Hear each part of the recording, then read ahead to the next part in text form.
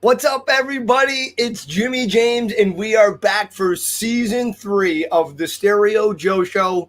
Nick and I are super excited to be back for you this year.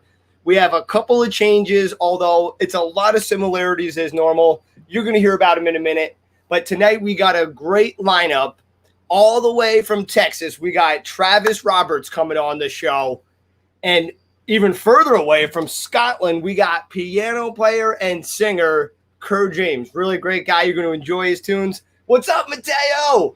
Also from Deadtide, my one and only good best friend, Touw, the man. He helped shoot a video for us called Games. You're going to hear all about it when he comes on. And of course, from the crowning, we have Micah Martin, amazing singer. He's going to be in the house again tonight. Super fun last time he was on. And then, of course, at the end, we have a little bit of a new segment that we're going to be doing, bringing you lots of news, music news, and our opinion on the news with John O'Connor from One of the Last. We're going to have some great music for you tonight from Honest Heart Collective. Of course, new Stereo Joe music that's going to be released October 24th. You're going to be hearing a quick preview. And then we also have a little bit of live track by The Police. They have a release that came out today. And then we're going to get started off with One of the Last. This is John's band. This is called Determine. Let's check it out. It's a great one. Hope you enjoy it. I'll be right back in a few minutes. Thanks so much.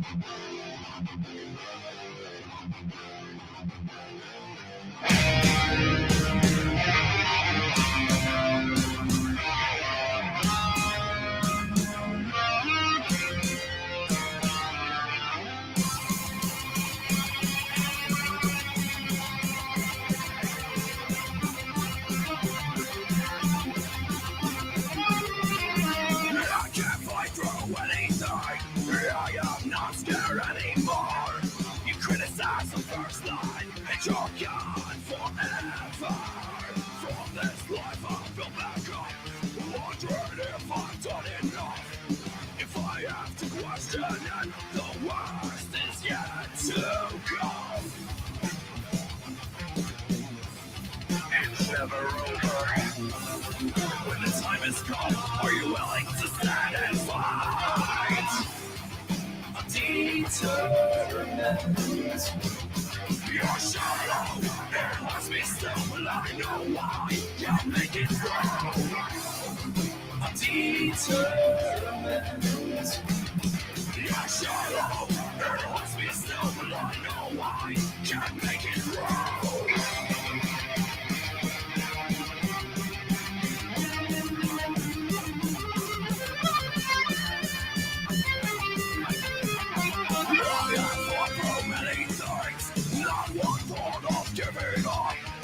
Afraid of failure, it's just hard to let things go. I blame mud like I'm up.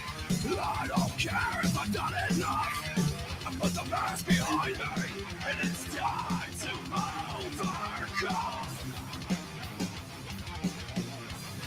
It's never over. When the time is gone, are you willing to stand and fight? All right, that was John from One of the Last. That song is called Determine. It is absolutely one of my favorites. Guys, I am going to bring on my awesome co-host, Nick Fantuzzi. What's up, buddy? I was little. Hey, I just got to say, John has to teach me how to do that with his voice because singing is hard alone, but to hit those kind of notes he does, dude. I know. He is really good. And he also sings. We got a lot of people in the house. What's up, Remy? What's up, Mateo? What's up, Sierra? What's up, Caroline? It's so good to be back. We have missed all of you. It's been a freaking month. Yeah. Wow. It feels like forever. We really did miss everybody, and we've been so busy, but we're happy to be back. Yeah, and the reason we were gone is because we have a lot of exciting stuff happening, and we're just about to get into that. We're going to go through it real quick. Hey, what's up, Rebecca? Lily, we are getting you on the show in just a couple of weeks. It's going to be we're going to talk to you about that. But anyway, okay, so yeah, we got a lot of new stuff going on, and we're going to talk about that real quick, and then you got some stuff to tell us about your sexy beard, but we'll go there in a minute. But yeah, man, so why don't you start off and tell them a little bit of what we've been doing? Well, I'd like to start every episode off by telling everybody right now it's a great time to start a watch party. Share it with a couple of friends, invite some people, and just to get the party started because there are some amazing artists that are going to be on here tonight, and they deserve your attention. Yeah, and shout out to Wendy who just tuned in. Thank you for dinner. It was absolutely amazing. Honestly, it was so good. I love the seasoning. But okay, I'm getting too far off topic already. I'm going to be so good. We've been in the studio recording. Very excited. We have a bunch of new tracks coming out, 6 songs, but then we had one on the shelf that we were working with. So we actually are going to have 7 tracks coming out. And Nick, I have some news to tell you. Ashley's coming over at 10:15, and we have some other ideas we're going to be talking about. So I have a little surprise for you, my friend. It has to do with the number of songs, but we'll go there in a minute. And you guys heard it first. You heard it before, Nick. Yeah. No. So that was really exciting. So we are in the studio recording a bunch of songs, but we also have another release that is set to come out October 24th. We are going to be having 5 new songs on Spotify. Really excited about that. Long overdue. The name of the release is Secondhand Smoke. What is your favorite track off of there? I'm going to have to go with Northern Lights because it is such a unique song, and the way that it came about was just really cool. Yeah, that was a really cool one, and it really fits the thing. Hey, Sierra says, I miss you guys so much. I need to be at the next show. So when is the next one? We actually are playing a private party on October 17th, but October 24th, we're going to be in Stroudsburg doing our release party. We are really second. And Caroline, the title Secondhand Smoke actually has a deeper meaning. Of course, secondhand smoke is bad. It's bad for the other people. But we were talking about almost like the personality, the toxic personality traits that every human has and the negative effect it kind of has on some of the other people around us. So it's an analogy for another type of secondhand smoke. But anyway, it's really cool. We thank you for Northern Lights. Yeah, we're really pumped. You're going to like it. It's very peaceful. Reminded us Northern Lights. It really worked out. But my favorite track is probably either Ghost or Games. We got a video for Games coming out. We just shot that last Sunday. And that's part of the reason why we weren't here last Monday. So we apologize for canceling last week. But we are back. We got 4 exciting guests on tonight, which I am really excited about. But wait, I know there's something I'm missing. What is the one other thing that we were doing? We're working on the new CD. We got a new one coming out. I think you covered it. The 2 upcoming shows, the EP that's coming out right now, the one that's in the works is still being worked on, and the video. Oh, and we just played a show this last Friday. That was a lot of fun. That was a nice outdoor one under the night lights, and that was really cool. But that was really cool. All right, so we're doing something a little bit new tonight. We actually have some news articles that we're going to be getting to. But before we do that, let's get into your stuff, Nick, and tell us about that sexy beard. Yeah. So you guys have heard me talk all last season about how if you're going to grow a beard, you have to partner up with the Beard Struggle because they have beard products for people of beard with all sizes. But what I haven't told you is that not only do you have to look good, you have to smell good. What the Beard Struggle gives you with their experience is not just looking fresh, but smelling fresh. And you have your choice of options. See, Jimmy can smell all the way from there, and he's in Jersey. But whether you want to smell woodsy, if you want to get a little bit of cinnamon apple going on, some earthy kind of vanilla, which is my favorite, bergamot, some kind of floral scents, or if you're looking to do some kind of musky amber smell, they've got you covered for everything you need. So whether you want to do it in oils or you want to do it in balms, they got you covered and you're going to smell great and you're going to look great. So I got to say my beard has never looked thicker than when I started using these products.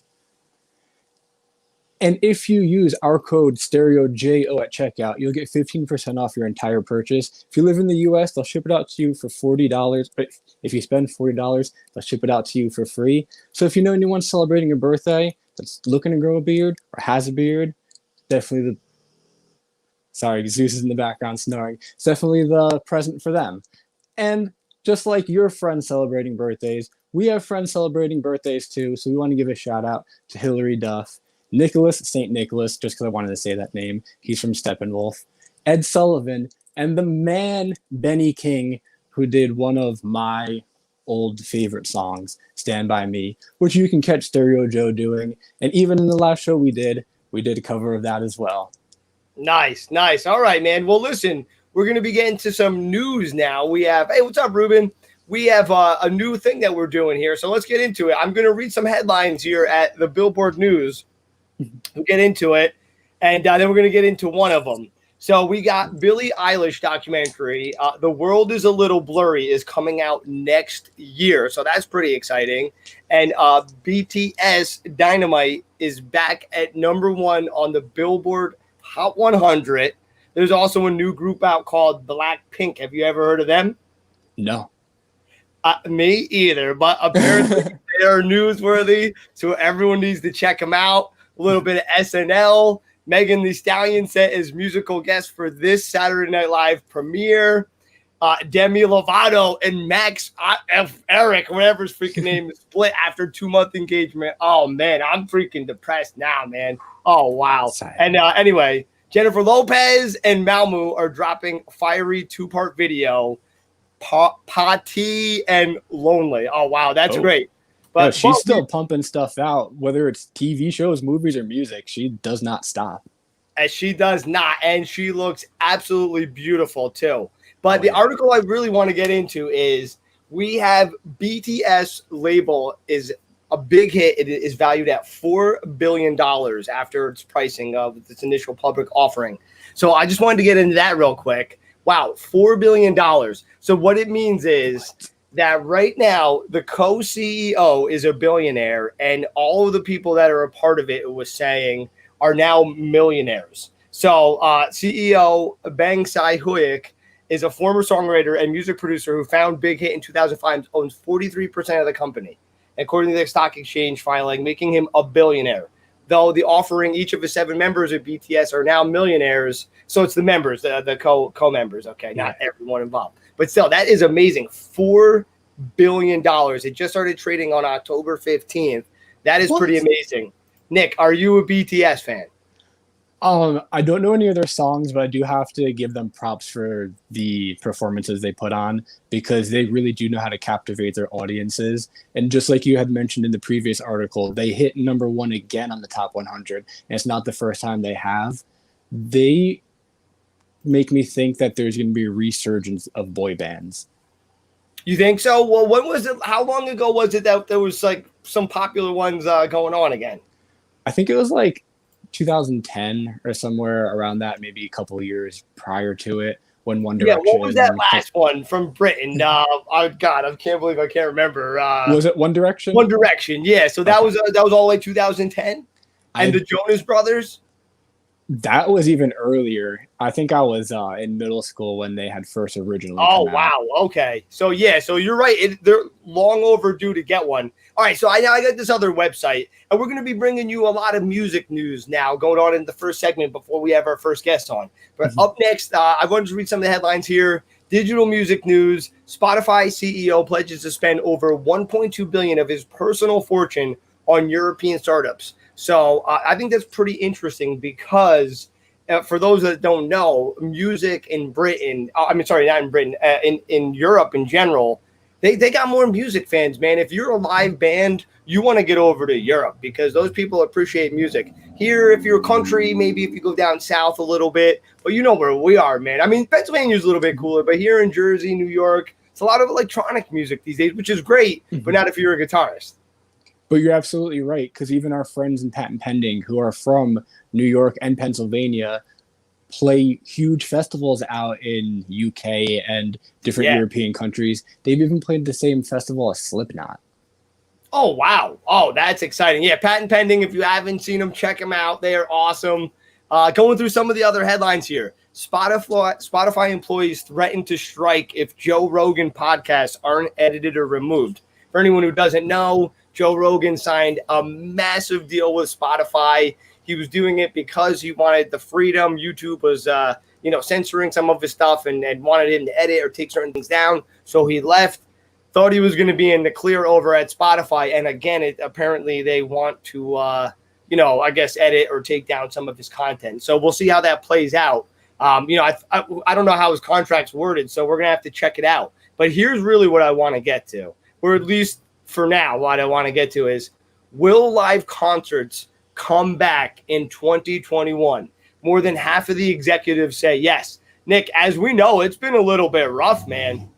It's been real rough. There are no indoor shows. Everything's been limited just to outdoor shows and virtual shows. So with live shows being at the minority right now, it's really going to be interesting to see how 2021 plays out, because working at the Sherman, we have everything pushed until at least May of next year.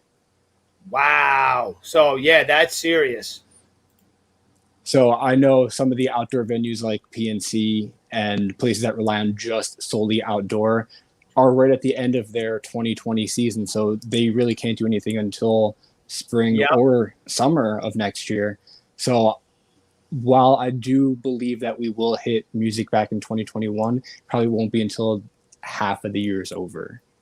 Yeah, it's wild. Well, let's see what they have to say here. Will live concerts come back in 2021? More than half of execs say yes. So they did a recent survey pertaining to the future of concerts and festivals, and a majority of live music execs believe that gigs will return sometime in 2021. Kind of like you're saying, it looks like it's going to be a little bit more in the second half, at least, or at least the second quarter or whatever. But they interviewed a bunch of different people that work in the industry, people that identified as live industry professionals, ticketers, managers, agents, production, concert support services. And as a whole, over 54.7% that responded said that they will return to full capacity in 2021.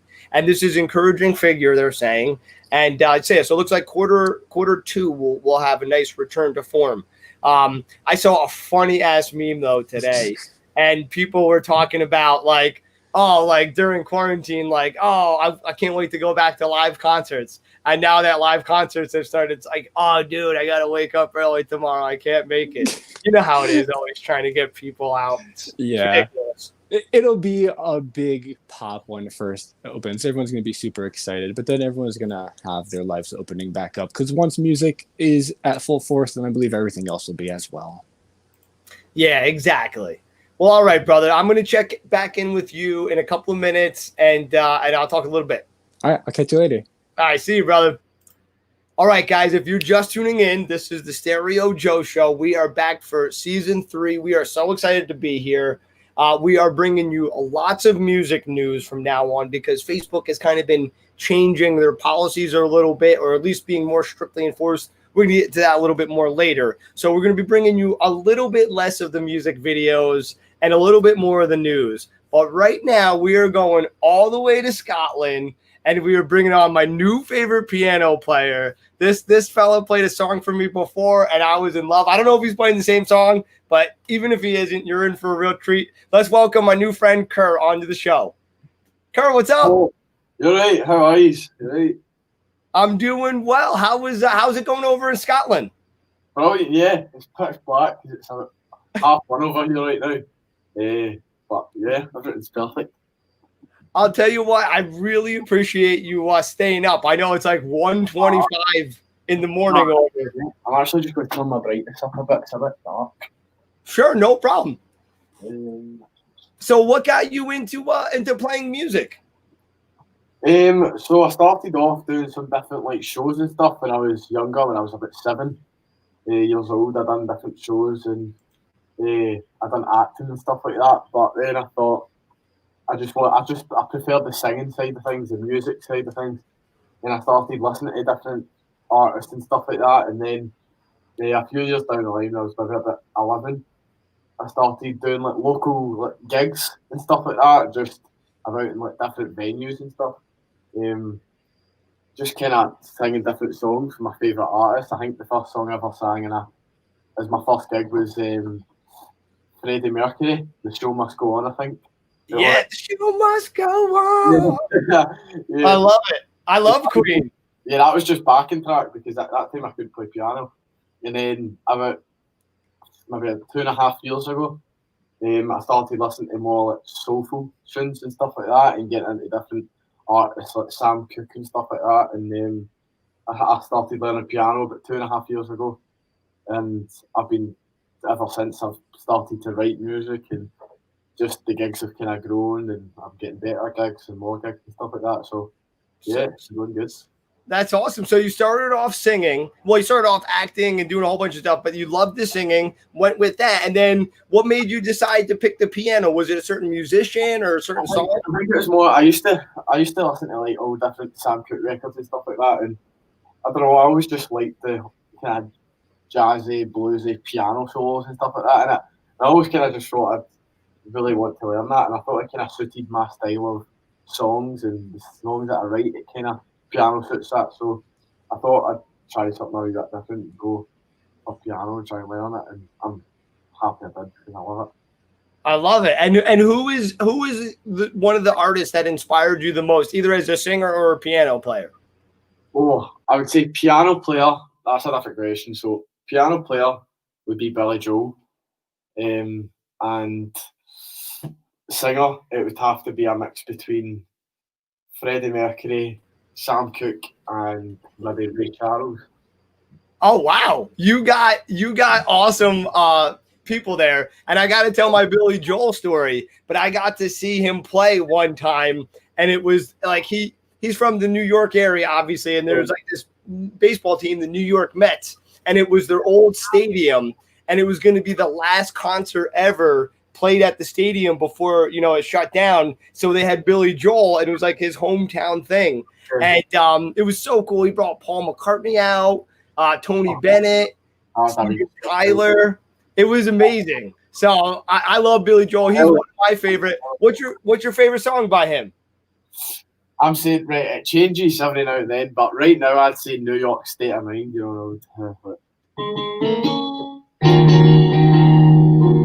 That's my favourite now, but Vienna and stuff like that. Oh, that's a great one too. Yeah, I love that. I even love Uptown Girl. Oh, they're all classics, man. Absolutely love them. The Longest Time, the acapella one, that's just so good. So that's cool. So what made you get into the more soulful music?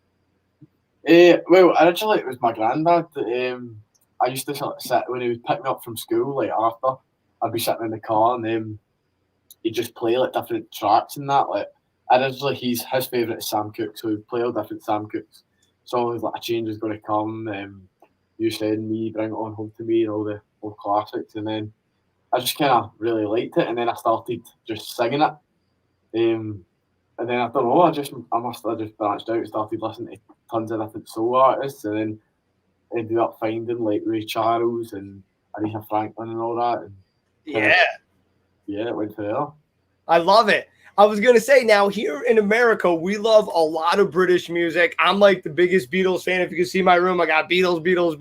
I love Zeppelin. I love Pink Floyd. My favorite guitarist is Eric Clapton. You guys know music. But is there anyone in England that, or Scotland, I'm sorry, well, Great Britain, you know what I mean. Is there anyone, particularly American, that you guys admire? Like Billy Joel's definitely one, but is there any other artist that, the average American might not realize is like big over there?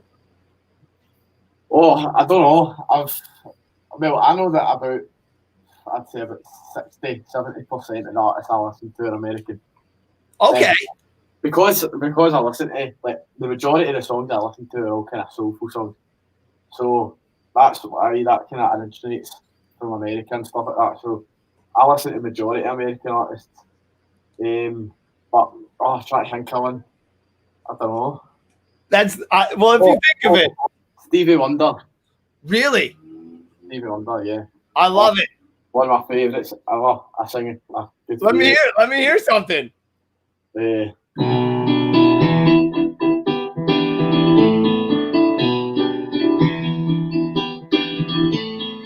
Real superstitions, all items on the wall. Woo. Now, real superstitions, all letters about to fall. Yeah. Got him mother, baby. Woo. Nick said that voice. I love it. Well, listen. We do have a song to play. I'm gonna let you get to it. That was just a little warm up for everybody. I'm gonna get out of here, but do your thing. I'll be back at the end. Cool. Right. So this is Georgia on My Mind by Ray Charles. I hope you enjoy.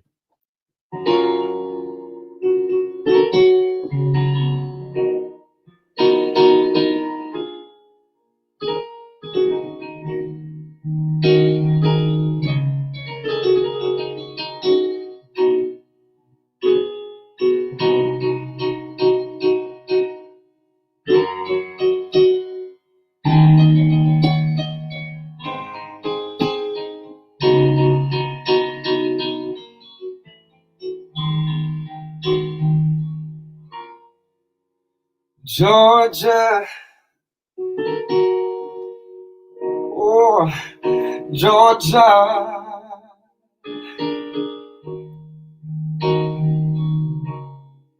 the whole day through, just an old sweet song.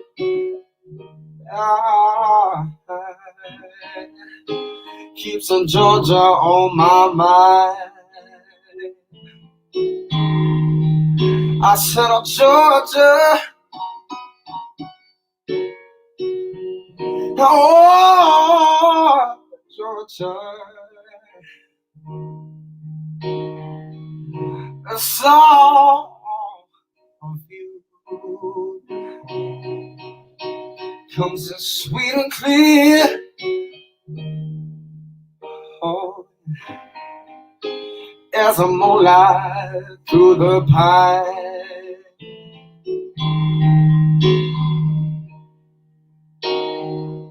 Other arms reach out to me. Other eyes smile tenderly. Still in the peaceful dreams I see. Oh, the road leads back to you. I said, Georgia, oh, Georgia,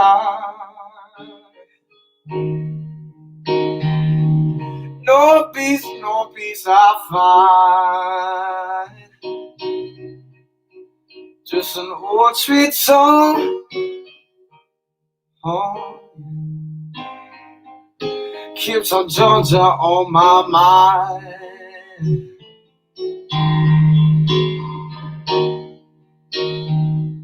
Other arms reach out to me.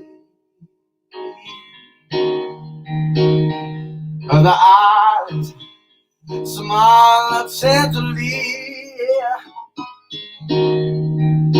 Still in the peaceful dreams I see. Oh, the road leads back to you.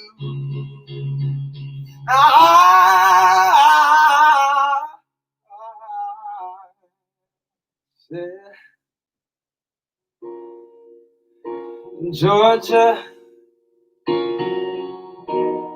oh, Georgia,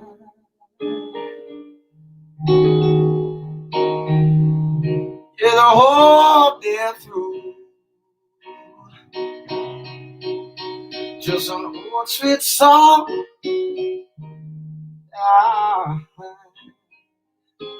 Keeps on Georgia on my mind.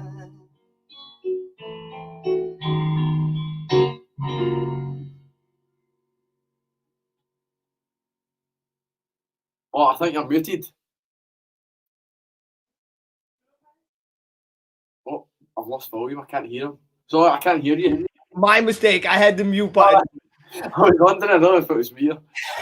Dude, I was going to say, you got a bunch of new fans here in America. Everyone loved your voice. They were going nuts for it. Thank you very much, everyone.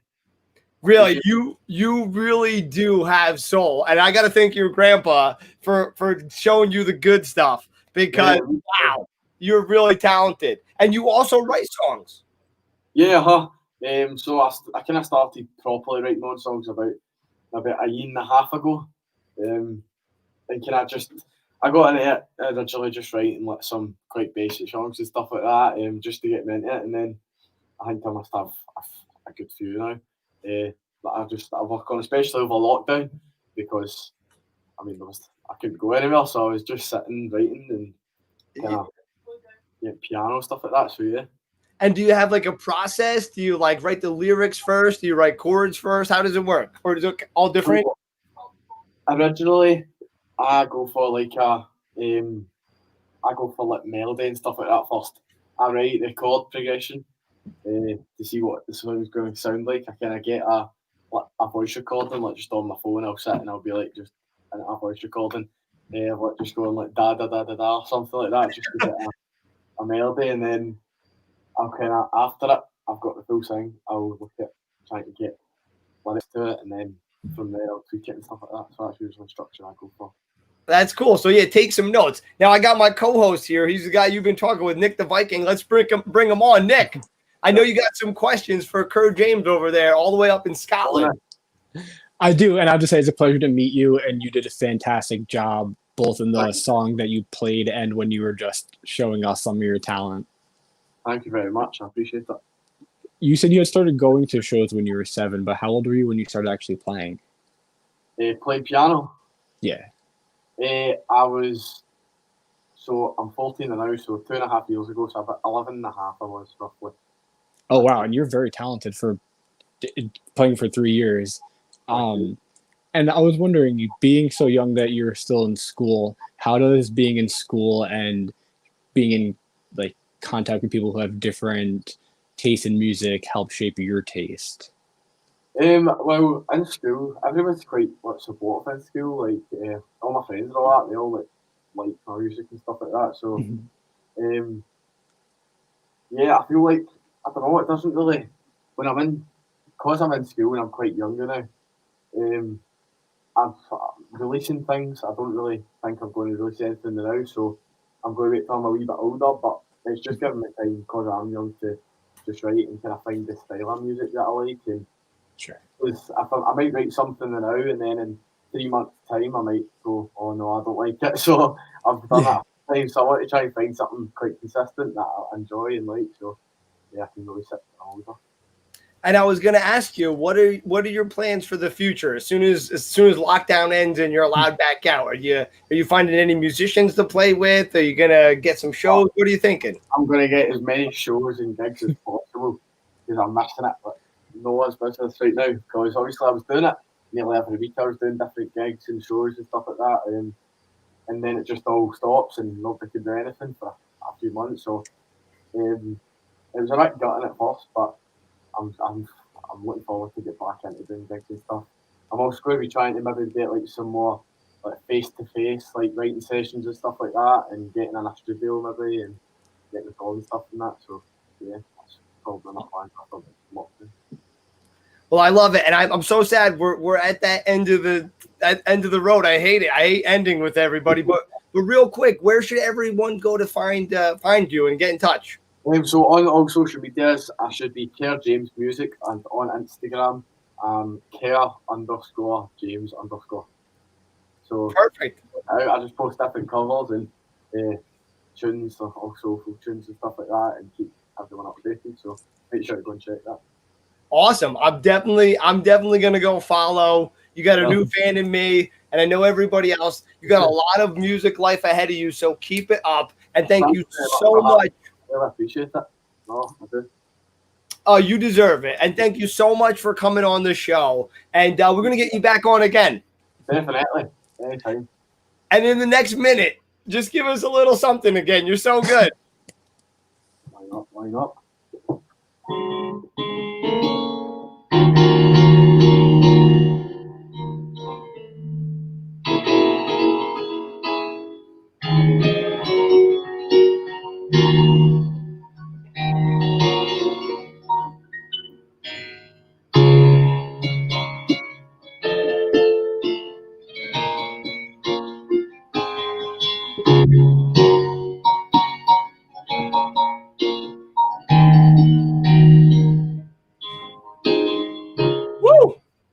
Love it. New York State of Mind. Billy Joel. Check him out. Kerr James, all the way from Scotland. He's my new friend.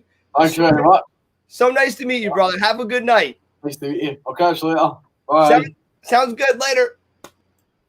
He was awesome. Go check him out. Give him a follow. He definitely deserves it. He's going to be bringing you some real cool stuff in the future. I could tell. All right. Next, I got on another guest, Dan Touw, one of my best friends. You know he's a troublemaker. Let's get him on real quick. Mr. Dan Touw, the drummer of Deadtide, the greatest band in New York. What up, sucker?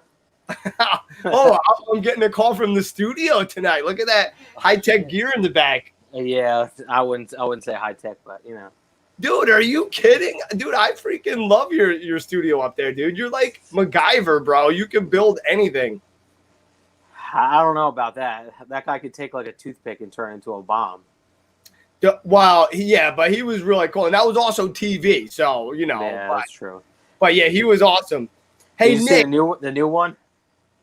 No, I didn't. I should, though. Or shouldn't I? I don't know. I think it's a waste. It's a waste. Hey, Nick, while you're back there, can you do me a favor and go on to Dan Tow's page, RCK Drummer, and get me his drum video that he just showed us the other day? Thank you, man. You're the man.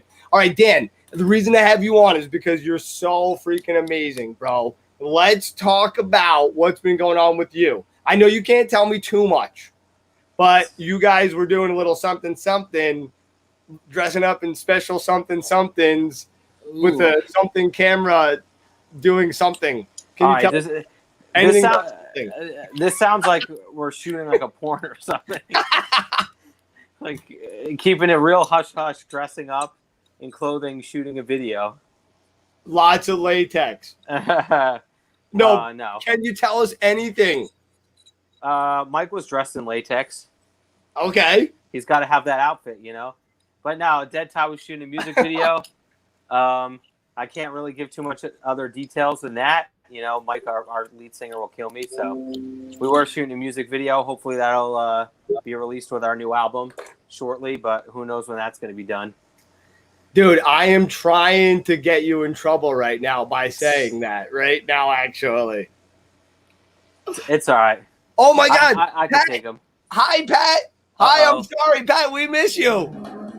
We love you. Oh, my God. All right. I have the greatest drummer in New Jersey who lives right up the road from me. That's my friend. What's going on, dude? No. So that's what you've been doing. But what else have you been doing? You've been helping Stereo Joe with the music video. Yeah, recording my first music video with Stereo Joe. And I have to admit, it was a terrible process. The lead singer is just a diva. Yo, he was being a diva that day. Hey, hold on. Nick, what are you laughing for back there? Hey, wait a second. I don't know what he's talking about. I'm out of here. I don't know what. No. Dude, that was a fun day. All right, I know Nick's got something to say. Nick, how did you feel about that video? Shoot. I thought it was awesome. I had a lot of fun shooting it, just like it was Dan's first time shooting a music video. It's my first time being in one, so I'm really excited for the whole process to come together. I was hanging out with a couple of virgins on set that day. Music video virgins? I banged quite a bunch of videos in my day. 1, 2, 3. No. We broke 2 virginities in 2 weeks for me, the studio and music video. Dude, we didn't get you in a studio. We got you in a Grammy-nominated studio, too, to really mess with you. But so Dan's actually producing that video for one of those songs. So, okay, so we got this video. Dan, what was the worst part about recording a video with Stereo Joe? Get into the good details. Make it bad, man. I want to see people crying. Not me, though. I can't be bad because it really was. I guess the worst part of it was just it took long, all day, and then editing that's a grueling process. But I don't know. I thought it was pretty fun. The worst part was I give you a brand new gimbal and don't give you instructions on how to work it. Yeah, exactly. How the hell do you work this shit? I thought the worst part was that mean pig that kept trying to have to go out and take poops in the yard or something. That thing was like trying to eat me and shit. Yeah, seriously. And I almost fucking stepped on it and it growled at me. When it was on its bed. Didn't he chase somebody down? Yeah. I don't think so. Really? Literally. I wasn't there for that. I was too busy filming. So Dan, tell us, how is the music video going now? Dude, I think it's looking pretty good. I mean, you know, obviously there's bands out there that spend like $30,000 on a music video, and I had experience with a band, not my personal band, but a band that spent $15,000 and got like maybe 3,000 or 4,000 likes on YouTube. And I don't know, I just been doing a lot of research, and you know, obviously you're not going to get the same quality as, you know, maybe Cardi B or something like that, but I really think that. Oh. Sorry. You're not going to get any WAP videos from Stereo Joe. That's Dude. probably a good thing, though. All right, when you're editing the video, who is the best dancer?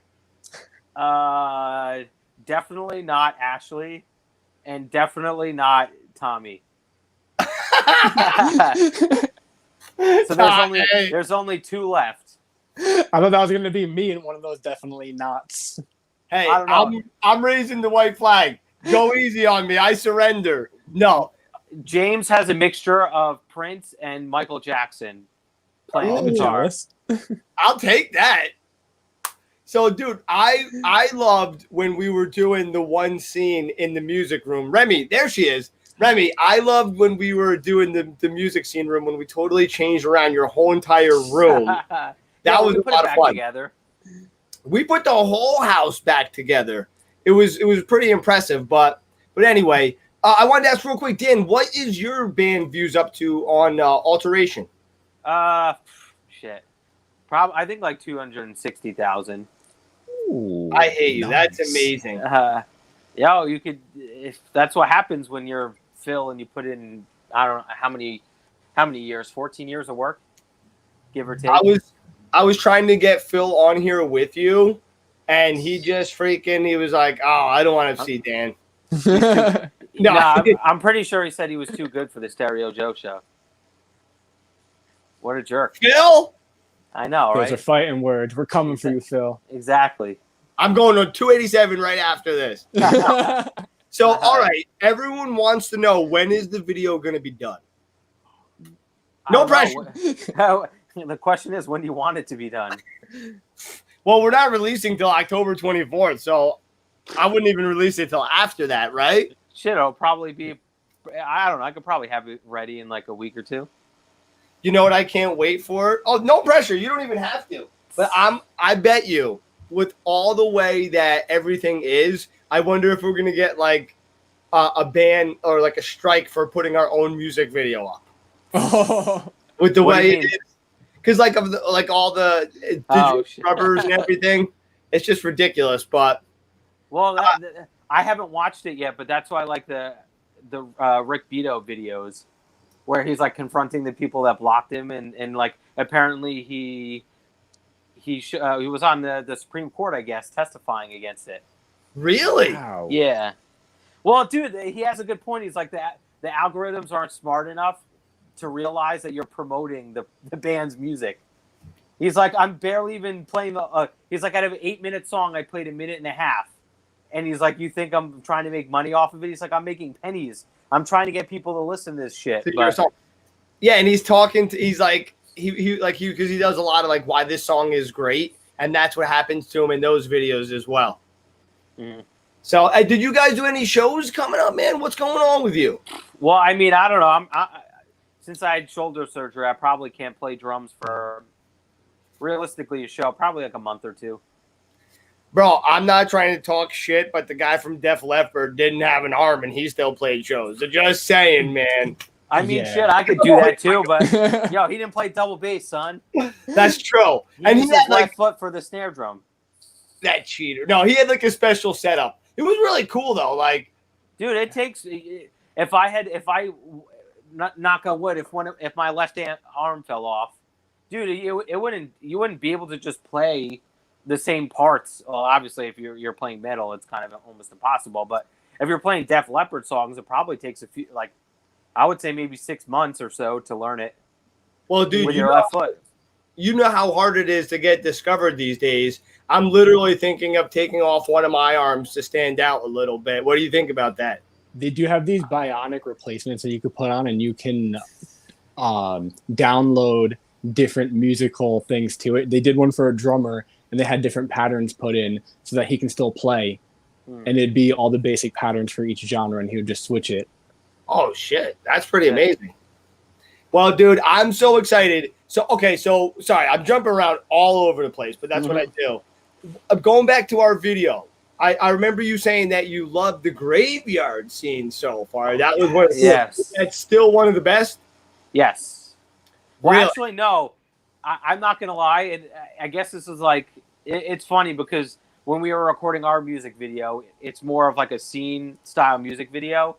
And you just like, the first scene we shot was the performance shot. And I'm like sitting there.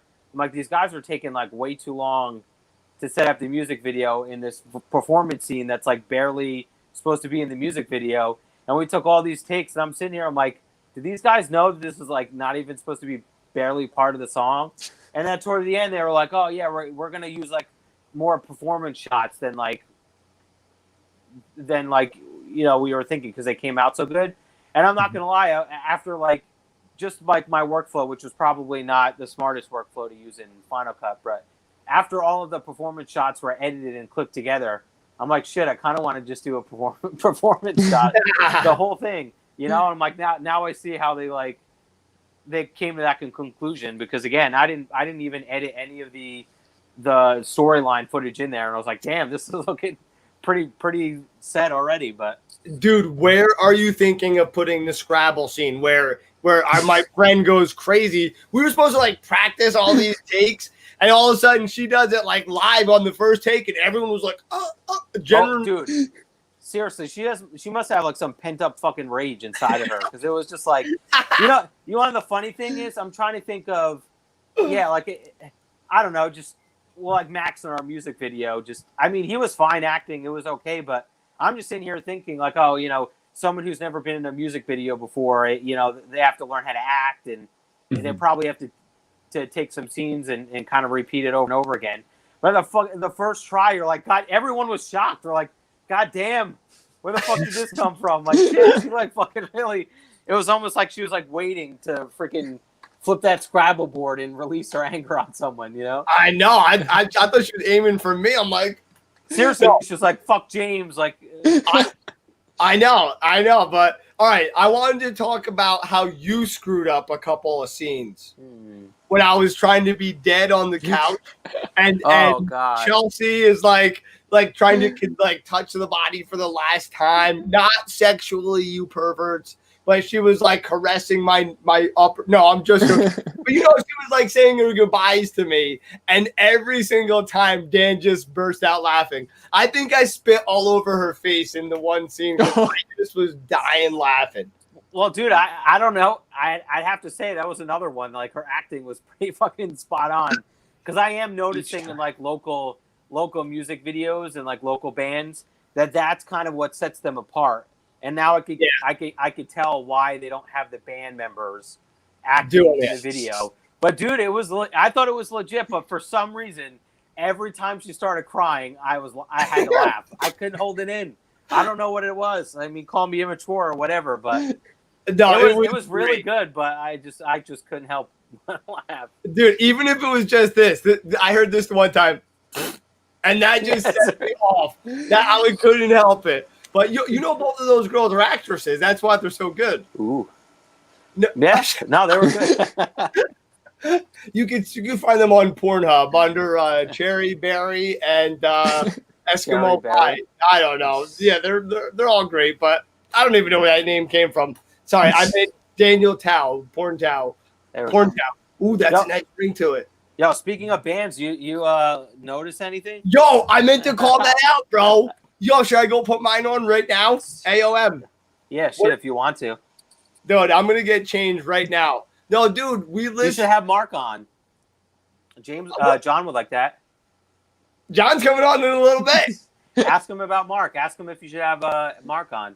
I'm definitely going to – it's actually a reunion tour later on, actually. Ooh. But, all right, brother.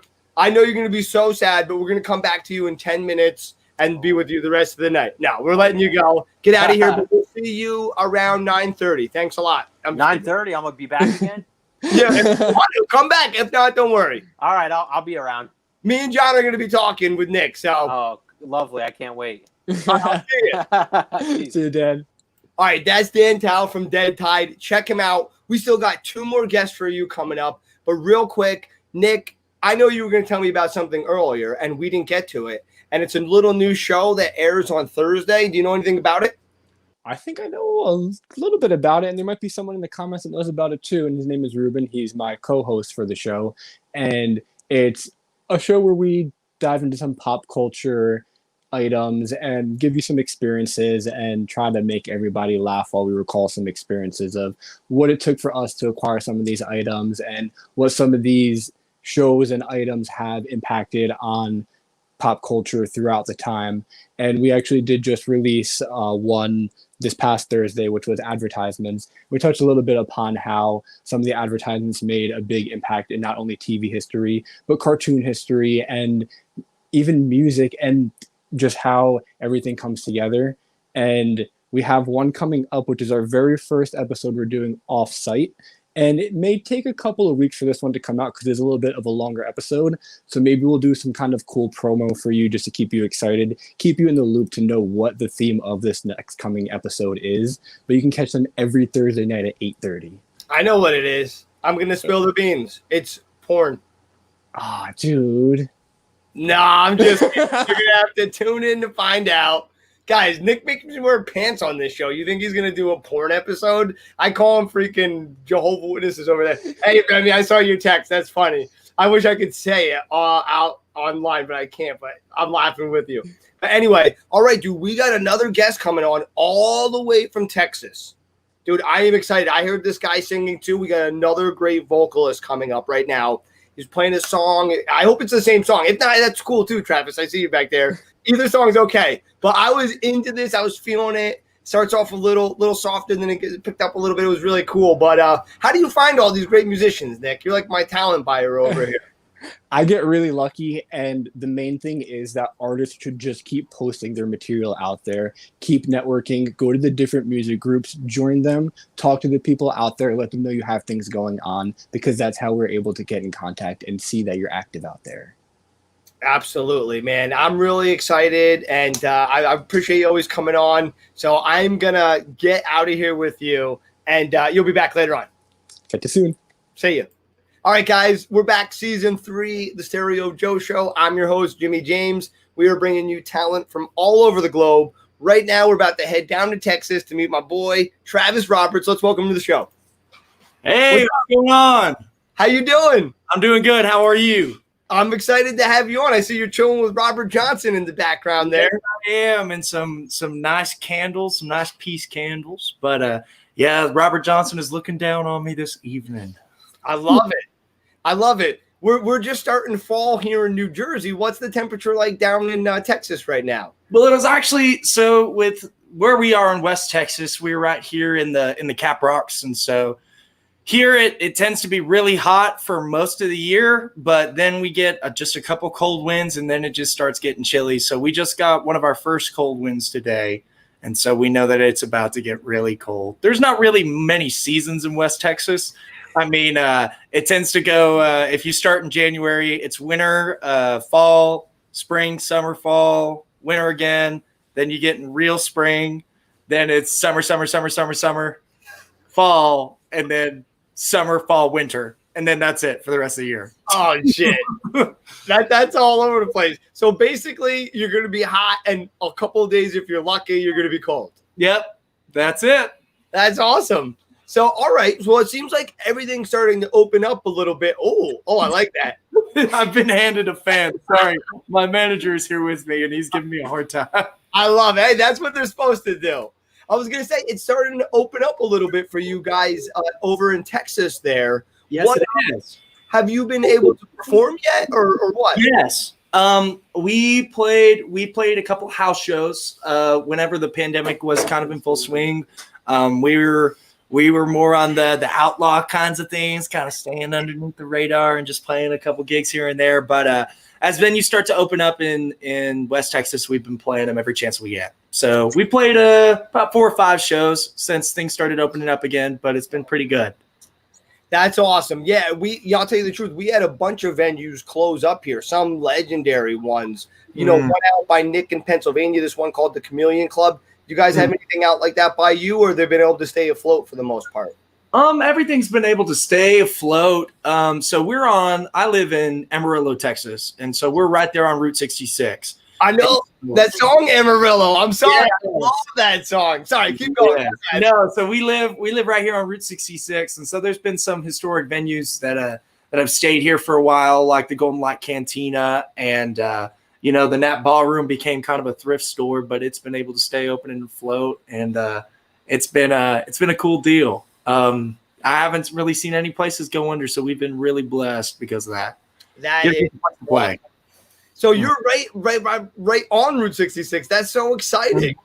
Yeah, I mean, back in the day, it was the place to go, but now I-40 kind of takes the cake for us down here. Yeah, that happens, right? Mm-hmm. Well, I was going to ask you, name me some of your top artists that you love. Oh, man. Jason Isbell is probably my favorite songwriter. Tyler Childers, because I spend a lot of time up in Knoxville, Tennessee. And if I was to name one more, it'd be the Turnpike Troubadours, some guys from Oklahoma who are really big in this red dirt scene of Oklahoma country music coming down to Texas. That's awesome. Yeah, what genre would you describe yourself as? Oh, man, that's so tough. People up north would call me Americana. People in Texas would call me Texas country, and people in Oklahoma would call me red dirt. So I feel safe in country is the safest place for me to sit, I think. Yeah, and when you were singing before, I was really enjoying it. I'm telling you, people are in for a nice little treat. I think you're not our first, but one of our first country musicians on. So I'm really excited to have you. Real quick, someone said in the comments, Ruben said, Route 66 is haunted. Have you ever experienced anything, or do you believe 100%. It is 100% haunted.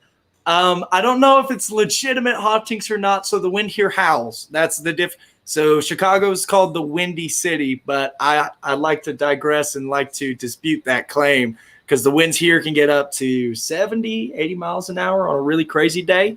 Oh, shit. And so once things start to get that crazy, like in the middle of a storm, those winds start to howl and you'll think that there's something out there, especially when it gets dark.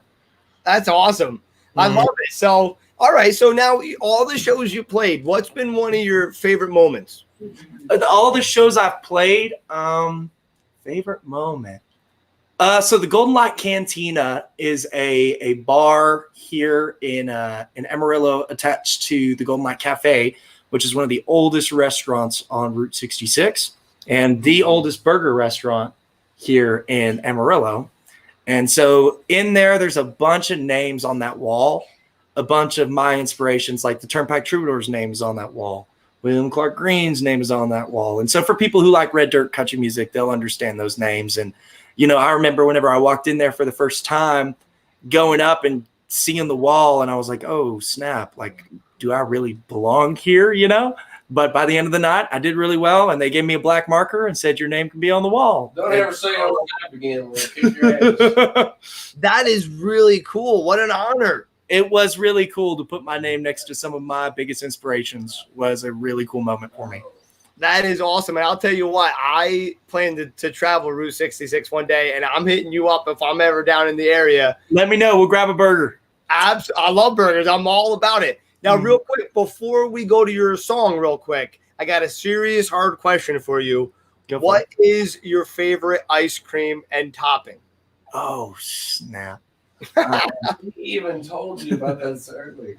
Salted caramel on top of vanilla ice cream. Ooh, okay, you can't go wrong with that. That's a classic combo. Mm-hmm. All right, while you play the song, I'm going to get some freaking ice cream. If I'm not back, play a second one. No, I'm joking. For sure. He mixes this up. Oh, dude, I love your sweatshirt. But all right, I'm going to be back. I'll be back when you're done. All righty, sounds good. All right.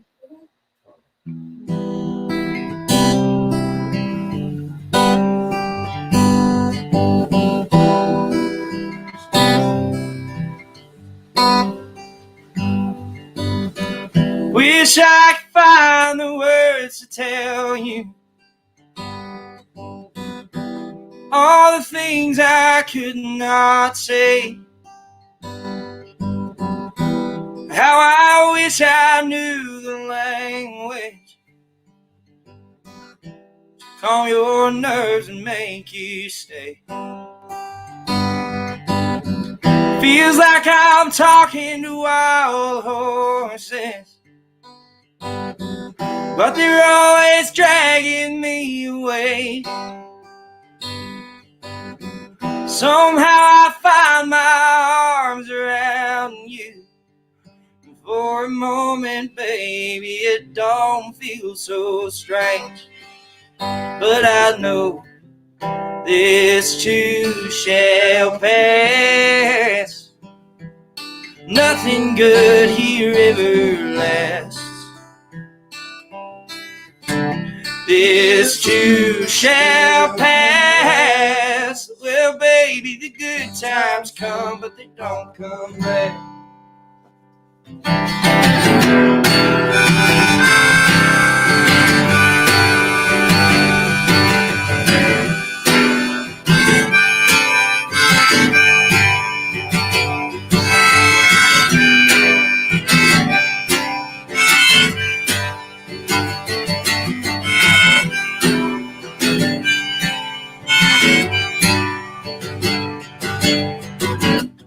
I keep dreaming the same damn dream. Two cars crashing out on the street. My hands begin to shake and the ground begins to quake. And I think the one's crashing down with me. Good God, I think the one's crashing down with me. But I know this shall pass. Nothing good here ever lasts. This too shall pass. Well, baby, the good times come, but they don't come back.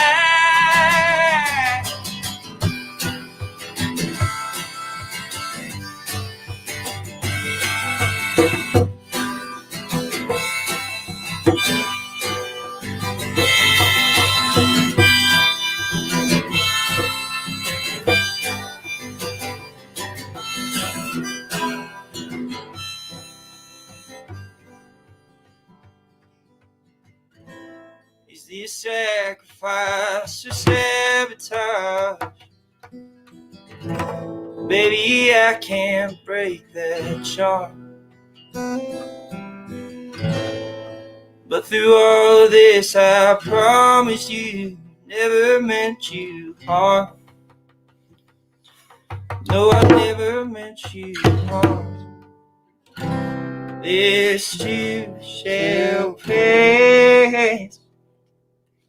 I can't make a good thing last. This too shall pass. Well, the good times come, but they don't come back. Well, baby, the good times come, but they don't come back. Well, baby, once you're gone, you ain't coming back.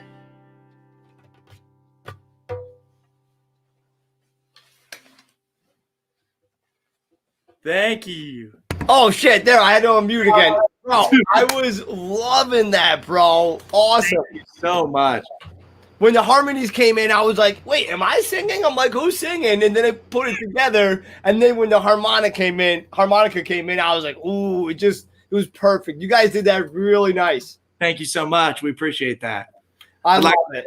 Jason Hodges is my manager, and he's been nothing but kind, and he's letting me come over tonight and just play some tunes with him. So it's always my pleasure to be with him. What's up, Jason? What's up? Yo, you got a great dude here. I love it. So okay. So what do He's you? my moneymaker. That's right. I love it. Nice harmonica player. I've been looking for a guy like this. I just need him to just keep doing what he's doing. Hell yeah, exactly. Now the winter's coming up. What do you want? It doesn't get too wintry down there. What are you going to be doing coming up now? Doesn't get too wintry down here. My friend, scoot over. So I am truly from the panhandle of Texas, and I'm going to tell you, it does get seriously wintry down here. Really? we have a studio here. We're gonna turn you around. So here's shit. we have a whole live room, I love it. full live studio, and we're gonna be recording a full-length record that'll be out by spring 21. Yes.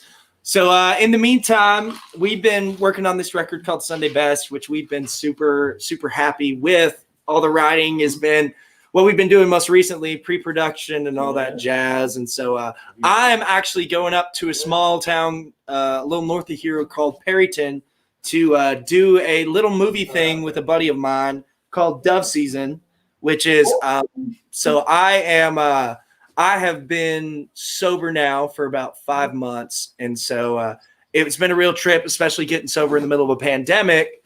But, for me, exactly, it was the perfect time to stay in and drink, but it was also the worst time to stay in and drink.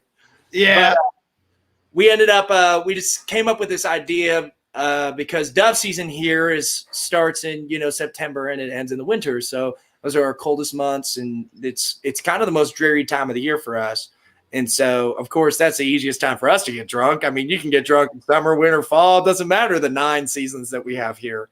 But no, so we're doing a video, group of videos called Dove Season, which I'm super excited about. We may release the tunes that I wrote for them as a little EP, but that's still up in the air. That's awesome. Notice how I looked at him and Social media stuff. the vinyl stuff.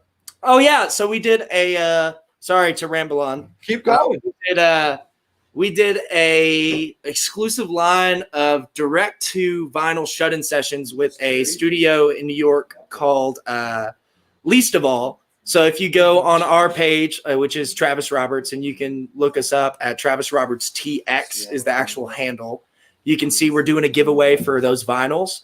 So if you share it, we have a tune that's playing on country radio right now called Cabin Fever down here, which is we're doing a signed vinyl giveaway. So it's just a 45 of that tune, Cabin Fever. And so we're giving that away, and we're super excited, man. We got big things ahead. The winter is the time that we really hunker down and get to work because we don't have to, our season is the summer here in Texas because we have, the little bits of water that we have and the outdoor fun stuff. Yeah. I know down there.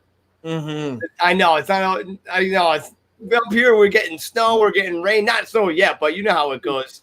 But anyway, I was gonna say. So you mentioned you go up to Nashville too. And what are you doing when you're up there? Just playing? Actually, I don't go up to Nashville. I actually spent about 5 or 6 years in Knoxville, Tennessee. Oh, okay. Whenever I was a kid, I lived here in Amarillo, Texas, and then I moved to Knoxville, Tennessee. And for about 6 years, I spent a lot of time playing with bluegrass guys. And, that's really what's big in East Tennessee and up there in the Smoky Mountains. And so we played – sorry, they're running away. I spent time up there in Knoxville. And so that's where I really learned how to play the way I did up there with bluegrass pickers. I could hear a little bit of that when you were starting this song, but I'm going to be in big trouble. I got like 1 second left, and I got to get Nick on. You didn't get to talk to him yet. I'm bringing him in real quick. Nick, we got like 10 seconds. What's a quick question you want to ask? Since Texas is so big, is the country scene different out there in different areas? Is there a large mix of genres, or how's the music scene out there? Oh, yes. So country music is really different down here than you can really see anywhere else. So we have people who we have that Tejano influence that comes from down south of Mexico. We have influence from Oklahoma cats, like the Turnpike Troubadours and like Cody Canada and guys like that. And we also have influence from people out in New Mexico. You have cowboy songwriters who their tradition and the Western song tradition has stayed alive in Texas. So a lot of our songs are stories.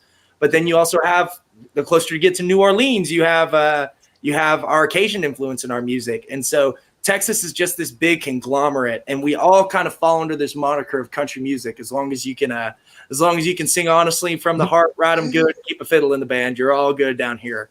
Oh, that's Nice. awesome. Brother, I hope we get down there one day and can catch up and grab that burger. But until then, thank you so much for coming on. Hopefully we'll get you on again. But keep playing. I can't wait to hear the new music. Everyone, go follow Travis Roberts right now. And You can follow me at Travis Roberts Texas TX on Travis Roberts TX on Instagram, Twitter, Facebook, or wherever you want to find us. We're working on an OnlyFans, but we hope to see you out there soon. Perfect. Yeah, all right. Well, all right. You're the man. Thank you so much, and we'll talk to you soon.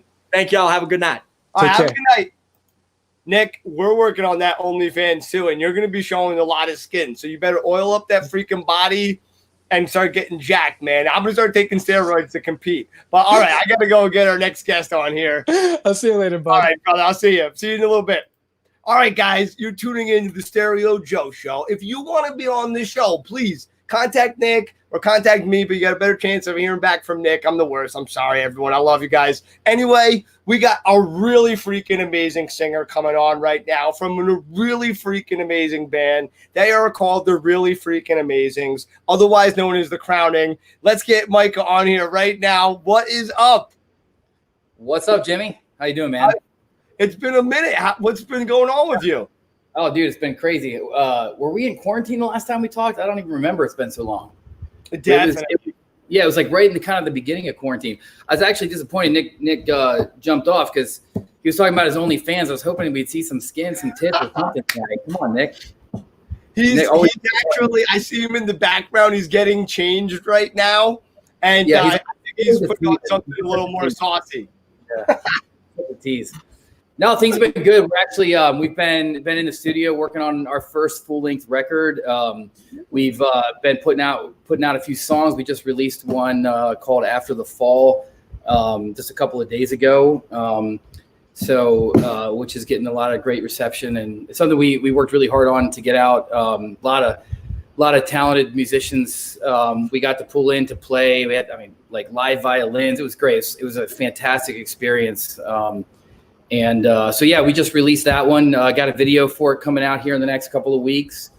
Just a lot, always trying to move the needle forward, pushing forward continually, writing new stuff. And it's been good. What's new with you? You guys are on season 3 already. That's pretty unbelievable. This is the 45th episode. Nick and I have just been like pounding it out. We got a new show coming up. We're talking about making a daily show for something else. So we're just like going crazy over here. Yeah, congrats. Keep it up. You guys are literally the best. I love it. You guys do such fun. You're the best, honestly. I was gonna say I love you guys. No, really, I've been seeing you guys blow up social media lately. Ace has been sharing a lot of stuff and everything. So please, this new video that you guys were working on, what was one of the best things that happened on it, or the worst actually? Give me. We're not shooting this particular video. This is a lyric video that we got coming out, but we're actually getting ready to, I think either not this weekend, but the next weekend, starting an actual live video shoot for a song off of our new record coming out called Never Fly. So it's going to be pretty awesome. This will be our first like official live video shoot, so it's going to be a new experience for sure. We got a great production company working on it. A lot of great folks. So I'm pretty excited about how it's going to turn out. We're actually going to shoot it here on my property. We're going to have a huge bonfire and some other stuff. It's going to be an outdoor shoot. So pray for good weather because you never know how those things are going to turn out, But that can really screw it up. And I know with the lighting and like the sun, that's why you got to trust professionals, like God, for weather. And really, I know. You're like, please, we'll do anything. You get the sacrifice ready. Yeah, exactly. We're going to do a couple of rain dances the night before and the week before, maybe sacrifice a few innocent people or lambs or whatever, whatever you got to do these days for good weather. Baby goats, trespassers, whatever comes first. Yeah, exactly. Always about the sacrifice, So I'm excited to hear about this first full length. Do you have the songs all picked out, or do you plan on maybe writing them a little bit in studio? What's going on with that? Yeah, actually a little bit of both. We've got about, I think, 9 or 10 songs we're looking to do, maybe 12, just kind of depends on a couple of songs are waiting on me. Like we've got all the music done and just kind of waiting for me for lyrical inspiration, because sometimes it takes me a while, I don't know, songwriting is different for everybody, I guess. some songs come out like right away. Like the song we just released, After the Fall, was one of these songs where I just sat down and it came out in like no time, and then other songs, like it really takes a long time to really like understand what is trying to come out, like songwriting for me so much is more about like, I kind of feel like a vessel for this thing that's trying to get out. And it's a process of discovery, so yeah, there's a few songs still waiting on me. But it's been a lot of fun. Like Ace is one of the best writing partners I've ever had. He started out when we started this band, he was our guitar player, and we moved him over to drums. And so he's still like, he's like the most multi-talented. I feel so fortunate to be, to have this guy as a teammate on this. Phenomenal writer. Like the guy can play every instrument. He does fantastic production. Like wait till you hear some of this stuff like that's coming out on this record that he's just poured his heart and soul into at the studio and writing and producing. And so I'm really excited about how it's coming together. And but yeah, he started out on just, being our lead guitar player and then really just became a core songwriter. And so him and I, that's awesome. Yeah. So a lot of times, like, a couple of songs, we got another one coming out in November where he wrote, or no, it was one we released last summer, I think, All I Want. That was the first like real collaboration we did where he played me this song. He already had it all done. And then I just went and came up with a melody and wrote lyrics to it. It's the first time I ever really collaborated with anybody like at that level. And he's just phenomenal. He's very gracious and like, he just comes up with such killer stuff. So I'm fortunate to be working with him. That's for sure. And he's super talented and he sings. So it's really cool. I didn't know he was such a good writer though. And does like behind the scenes production work. That's really cool. I'm jealous. I'm going to have to. Yeah. What's going on? I know this. Yeah. You should be having that guy on here. I know. Yeah. Ace is Nick, next time, a little more advanced notice. Both of us will show up and and have a good time with you. So, and I promise Nick will be doing an OnlyFans dance by then. I'm his #1 subscriber. Well, listen. Okay, he said if you play a song right now and it's really good, he'll show you some skin.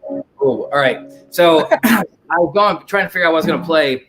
So actually, I think I'm going to play the very first song I wrote that as part of this project that I played it at open mic one night.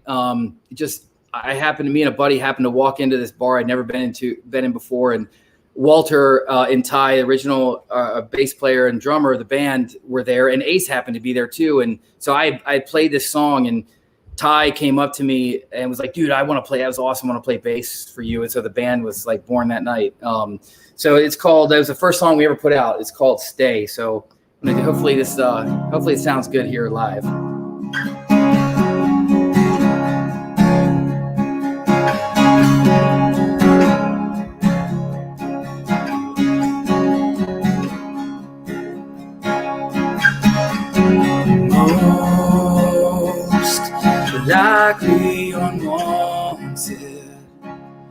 Likely unwanted, tossed and discarded, I will stay.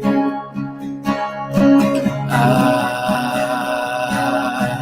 will stay.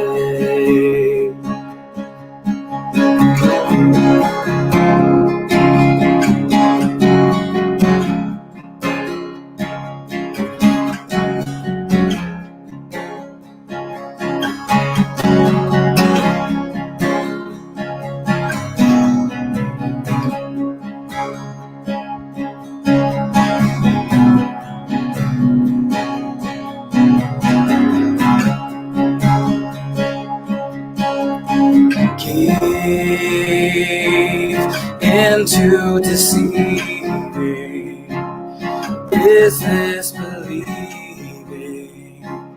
left undecided, I will stay. I will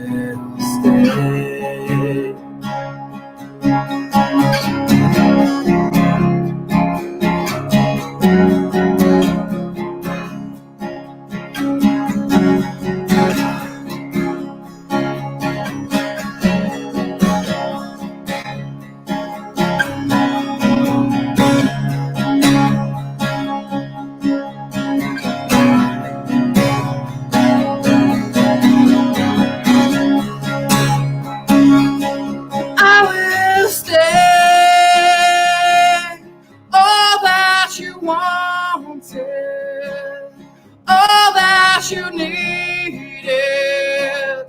Tell me you hear it. I will stay. I will stay. Holy broken, unholy and wanted. Tell me you want me. I will stay. I will stay. I will stay.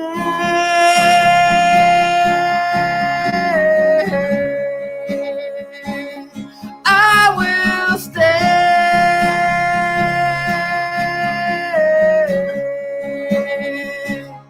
I will stay. I will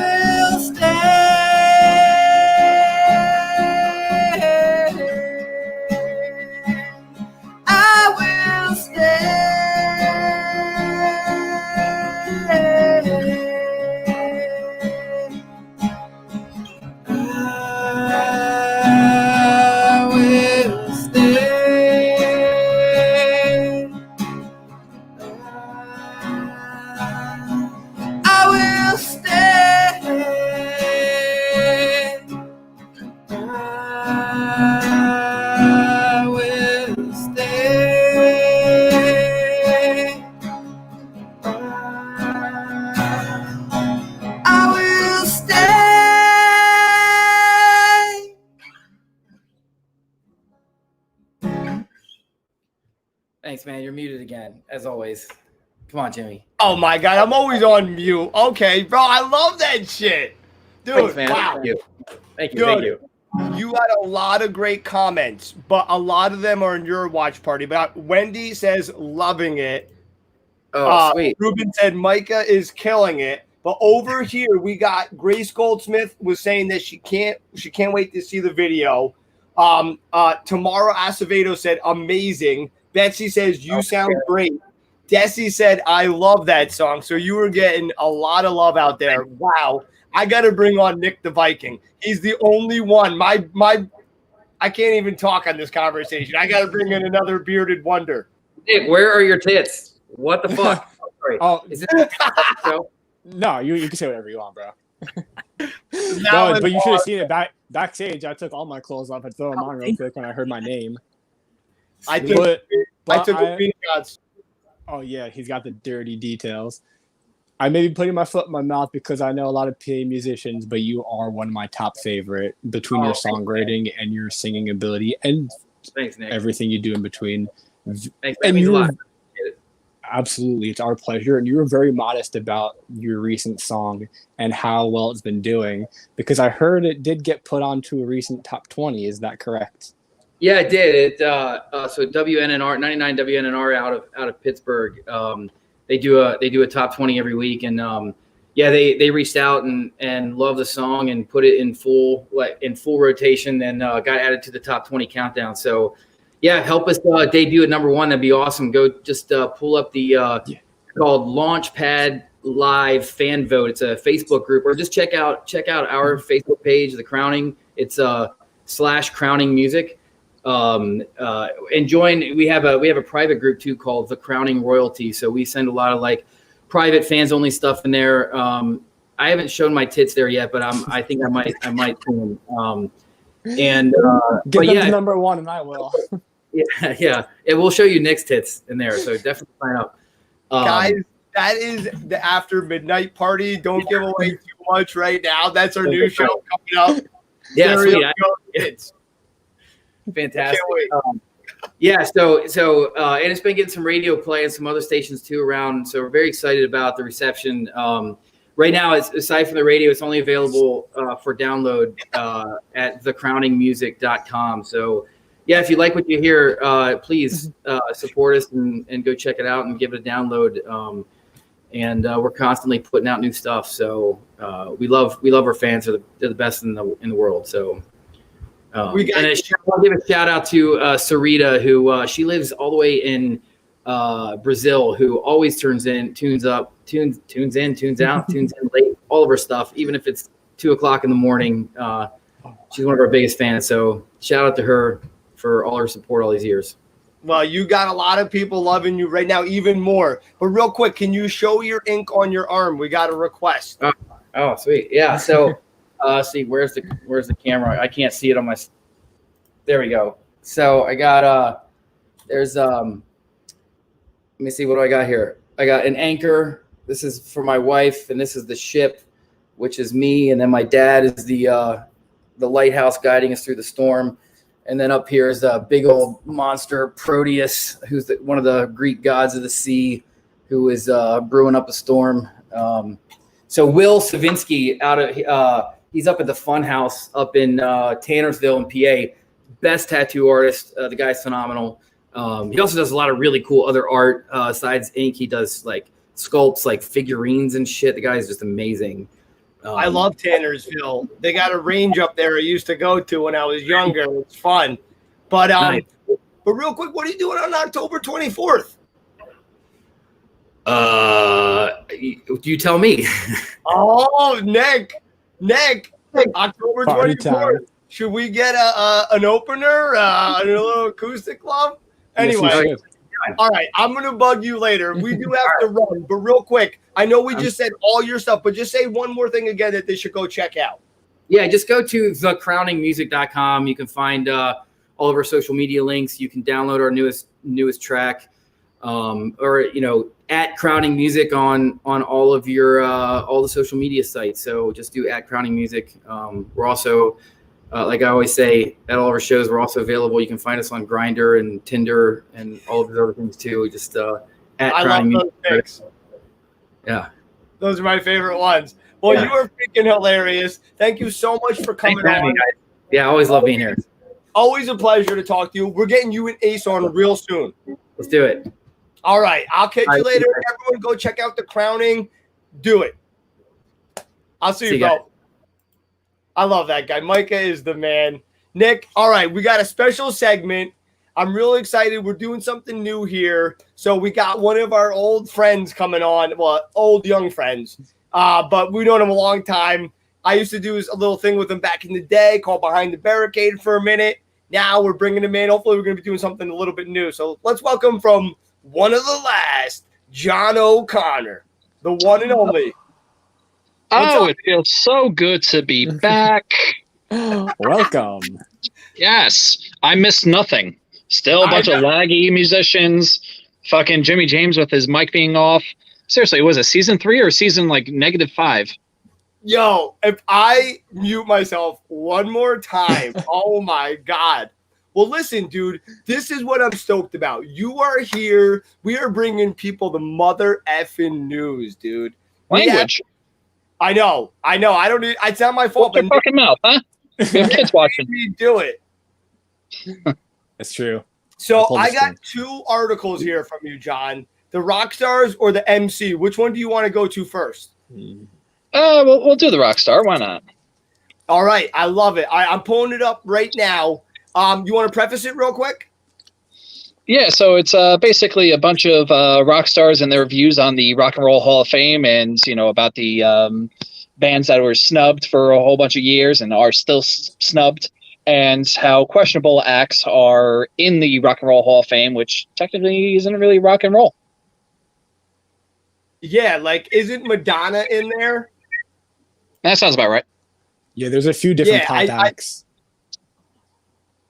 There's a rap group I heard about that's on there. I forget. I'm like, wait, this isn't rock and roll. I think there's All right, Yeah, I think NWA is on there. Run DMC.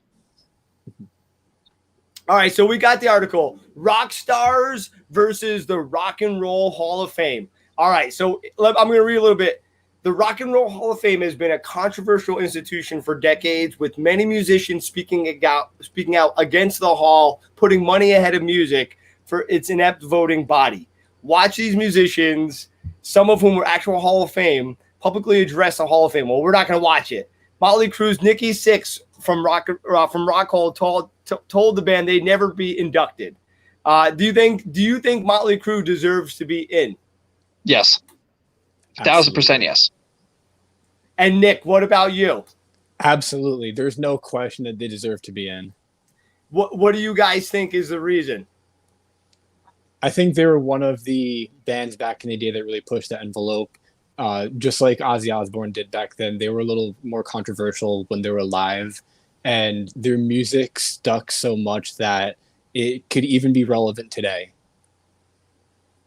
John, what about you? Well, I mean, it is relevant today. I mean, look how popular The Dirt was on Netflix.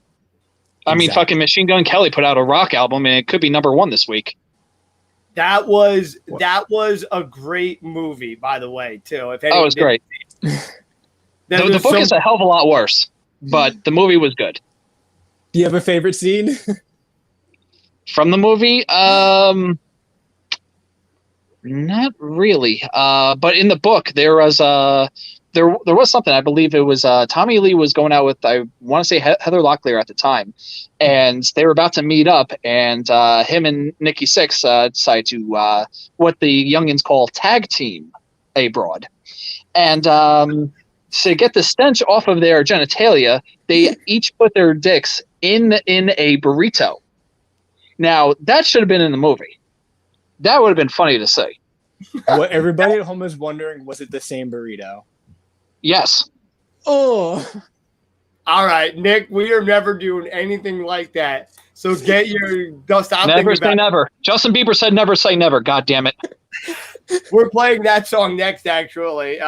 No, so Rob Halford from Judas Priest pulled the gangster move after being denied from the Rock and Roll Hall of Fame. He read the rejection letter live on an Arizona radio show, and yeah, that's ridiculous. I think they were eventually let in, but they should have been in. I mean, right, one of like a first ballot vote in. I mean, it's ridiculous. But they said Richie Blackmore, who ripped the Cleveland Institution on his YouTube channel, I have absolutely no interest for the Rock and Roll Hall of Fame. I got to be honest. I'm not really impressed with them either, to be honest with you. Well, you're what not do you making think? it. Are you guys fans of rock? That goes without saying. Yo, I'm actually on the list this year, you son of a bitch. Yes. I do have to admit, when I was younger, I went out to Ohio when we went to see the Rock and Roll Hall of Fame, and I was kind of impressed by it when I was younger, but now, like, looking back at it and really knowing what it is, and you have to pay to get in anyway, I think it's a little bit more of a image more than it is commercialized. actually exactly than it is an actual award. Yeah, agreed. You know, I've never been. I might have had interest, but once they started to put a lot of non-rock bands in there, it just seemed like to kind of defeat the point. But all right, so screw you, Rock and Roll Hall of Fame. You didn't vote me in this year. I'm never coming to you. You guys suck. All right. Well, yeah, they're losing sleep. Yeah, I know, and they definitely are worried. I'll be honest. No. All right. Next we got and I'm going over to NPR News real quick. Ooh. And this ties into what we were talking into a little bit before about the music industry. The Met Opera says it won't return until the fall of 2021. And who knows, it could even be pushed back. But it was just released in a press release Wednesday that the Metropolitan Opera says it plans to reopen September 27th. So a full year pretty much from today. Any thoughts on that, or any thoughts on the industry at large? You guys think it's going to return to normal? I know a lot of these historical venues rely on memberships and donations even during their normal seasons. So for them to not have any shows going on and to go the full year without anything, I am wondering if they're even going to make it that far.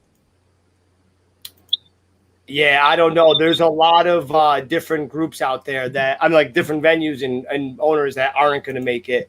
I'm a little bit worried about it myself. But John, what are you thinking? It's tough. I think it's going to start off these smaller bar / venues, kind of like your Dingbats, your Clash Bar. Although didn't Clash Bar close up? You know what? They ended up just selling it just before all this broke out. Talk about good timing. Yeah, seriously. But I think like smaller places like that, you know, in Brooklyn you have like Kingsland, you have Blackthorn 51 up in Queens. I think those places are going to be reopened a lot faster than your Starlands or even bigger, like your Prudential Centers, your MetLife stadiums. stuff like that. So it's going to be open, I'd say, if I have to put any money on it, maybe spring/summer, depending on where you are in this country. But I think everything will be fully up and running probably by 2022, unfortunately. Yeah. Oh, really? You think it's going to take that long? Well, I mean, depending on where you are. Like, we're here in, like, the epicenter of the disease. And no matter what your views are on it, I mean, you know, the government is not cracking down, or the government is cracking down on people that want to illegally open and stuff like that. So you're not going to have a music venue that holds, let's say, you know, 500 people. It's not going to open up anytime soon, unfortunately. But it will be the first to open up when everything comes back to normal. And they will open up in waves, especially for the larger venues. They will do distance shows, even outside. I've seen them separating chairs. But I noticed even Revolution Music Hall in New York closed recently. Yeah. And they're one of those that can hold up to 500, but also do a smaller show as well. And it's one of the things about the smaller venues is they don't have enough capital to last that long. They are getting some help, but if they don't lay off everybody, a lot of them won't last to open. And you'll see some new ones emerge at that time. Yeah. Yeah. But sorry, Mr. James, go ahead. I'm a little bit nervous, and I think there's a good chance quite a few, maybe a third of venues are going to be closed and not open up. But what were you going to say?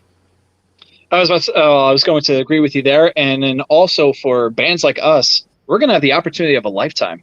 Because think about it, everyone on the planet is going to be touring.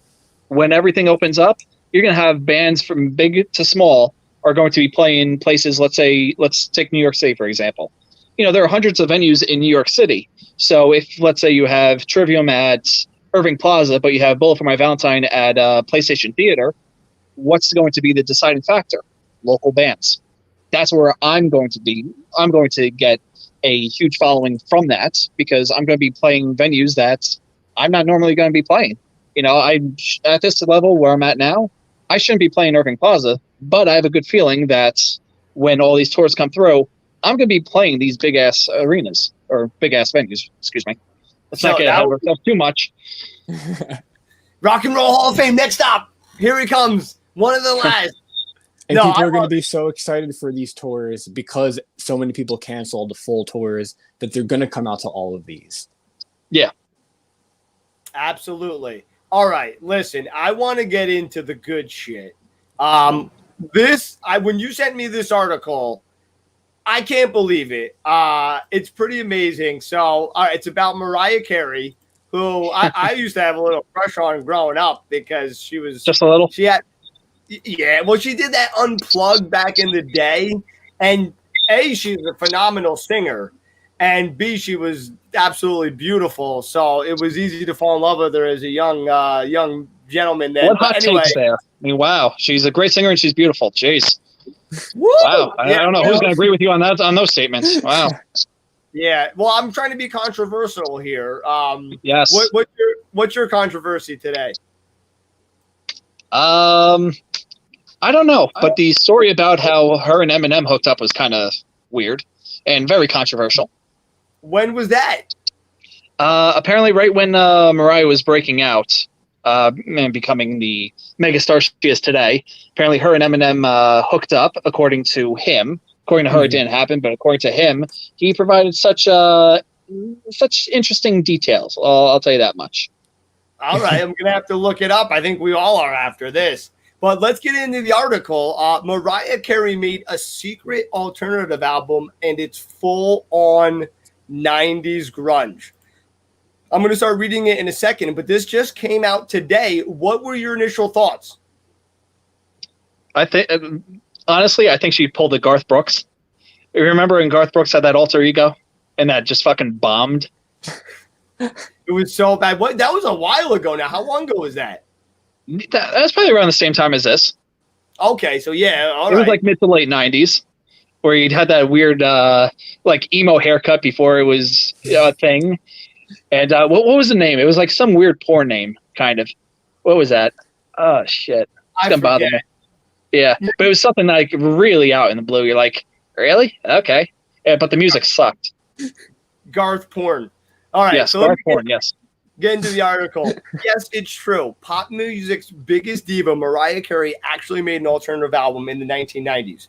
The vocalist reveres in her new memoir that she recorded the alternative album while making her breakthrough LP Daydream. That's pretty amazing that she was making multiple albums at once. Later this week, Carey's going to be releasing a highly awaited memoir, The Meaning of Mariah Carey. I don't know who's waiting it, but it's not me. According to Kerr, she made an alternative album just for laughs, but it helped her through some of the dark days. The album's called Someone's Ugly Daughter, interesting, was released under the project name Chick, which Clarissa Dane,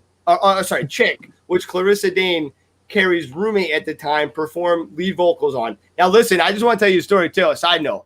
I had a former manager, and his cousin was roommates with Derek Jeter. And she was dating Derek Jeter at the time. And for his birthday, she brought him a pound of weed. And who would have thought Derek Jeter smoked a lot of weed? So I thought that was very interesting. But he was like one of the relief pitchers or something. But anyway, all right, Mariah Carey. She's been around. And didn't she just break up with Nick Cannon? Yeah, well, I don't think just it. I think it's been a little bit of time. I think maybe like 2 years, maybe 2-3 years. Mhm. So you're saying there's a chance.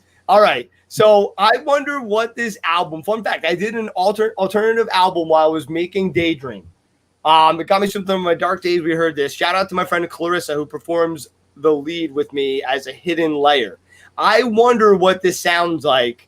I didn't share the sound with us. So anyway, according to a rep for Carey, she produced, wrote, and provided the background vocals for the songs on the Chick album, as well as she directed one of the music videos. Do you know if some of this is available and we can find it anywhere?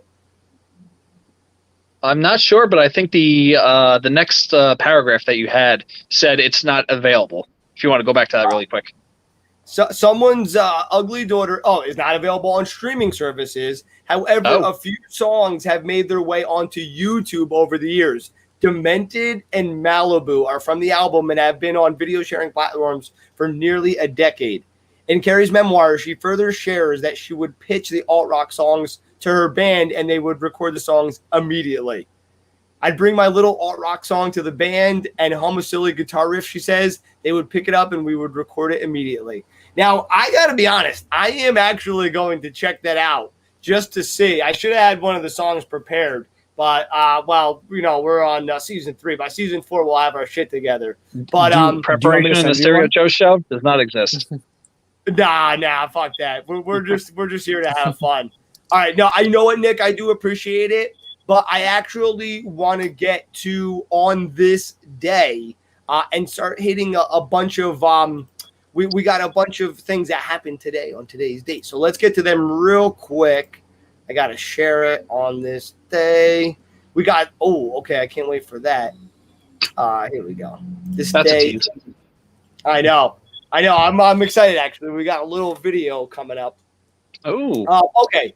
This day in music. A lot of cool stuff happened. Nick mentioned the birthdays already. So in 1965, the Stones played the first of the 2 nights at the Capitol Theater, legendary theater. A couple other people, the Beatles and the Kinks performed there. Nick, did we have Kinks news? I think we have a Kinks news. We'll go to there in a minute. Yeah. But in 68, Bruce Springsteen, local folk rock group, the Founders appeared off Broad Street Coffee House in Red Bank. Paul McCartney just started a 9-week run. Well, the Beatles started a 9-week run at number 1 for Hey Jude, which was their biggest song ever. Not my personal favorite. What do you guys think of Hey Jude? It existed. It's not one of my favorite, but I do like it. I don't understand why it got so big, but it did. But real quick, 1980, the Police were at number 1 on the UK singles chart with Don't Stand So Close to Me. I think we're going to go to that real quick and play a little bit of that and then come back and get to some of our last articles here real quick. So let me get that going. We'll be back in just a minute. A little bit of music for you.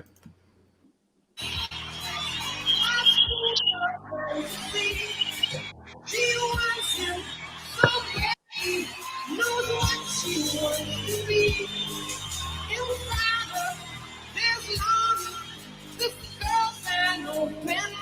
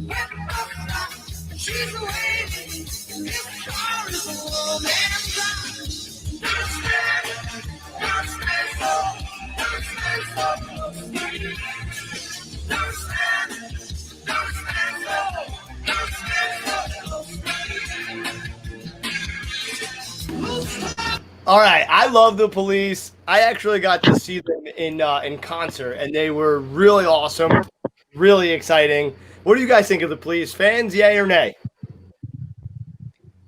I'm a fan of them. I don't know a ton of their songs, but I do know a lot of the popular ones like Message in a Bottle, Roxanne, and this happens to be one of my top favorite as well. John, what about you? A fan or no? Yeah, definitely. And I think Stuart Copeland is one of the most underrated drummers of all time. The beats he did and that little he did such little cool things, syncopated stuff. I'm really a big fan. But all right, and Nick, we got one last article.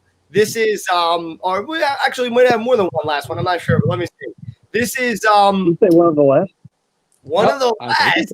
Wait, this isn't Ray Davies, is it? No. Yeah. Okay, my bad. That's You're right. good. All right, so I'll let you talk about this a little bit. So Ray Davies was the frontman of the Kinks, and he actually recently just came out saying that one of their most famous songs called Waterloo Sunset, which came off of one of their most popular albums, Something Else, he didn't want to release it back when they did. It was more of a commercial ploy, not a ploy, but more of a commercial move to get the band more success. And it wasn't so much about the music as it was about generating income for the band.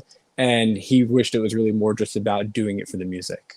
Yeah, it says the 1967 track may be one of the Kinks' most well-known songs now, but the 76-year-old writer initially just wanted it to be a private musical moment for his family.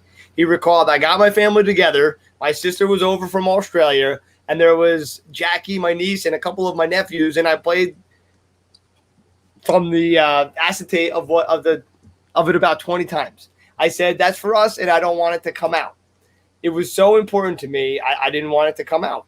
Shows I'm not a very good business in. I just wanted it to be ours. Anyway, I got to admit, I don't know the song, so that just sucks.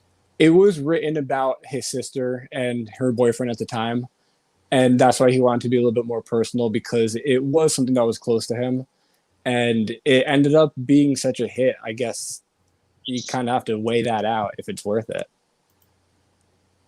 Yeah, I think it's worth it. That's just me. I think so too. It even makes me think of Sweet Child of Mine, how Slash didn't really want to release that song just because he didn't think that it was going to fit their band. Really? Now, I love that song, that Kink song, You Really Got Me, and I especially love when Van Halen plays it. That was – they did a lot of covers, to be honest with you. You're Van Halen? right. Van They Halen, really- yeah. What- Pretty Woman was one of my favorite covers that they did. I like that one. I'll tell you what one I hated personally, Dancing in the Street. That's an evil song, and no one should ever play it. Do you know that one? I don't think I've heard their version of it. Oh, it's bad. It's bad. John, do you like that one? Wait, the Michael Jackson Dancing in the Street? No, I don't know. It's like it's like a 70s song. I didn't know if it was Michael Jackson. It's like we're dancing in the street. Yeah, same thing. Yeah, Michael Jackson, I think Paul McCartney. It was some weird combo. Or was it Mick Jagger? It was one of the two. No, there's a Mick Jagger, David Bowie that is the absolute worst video I've ever seen. Oh, was that the one where they're almost making out with each other?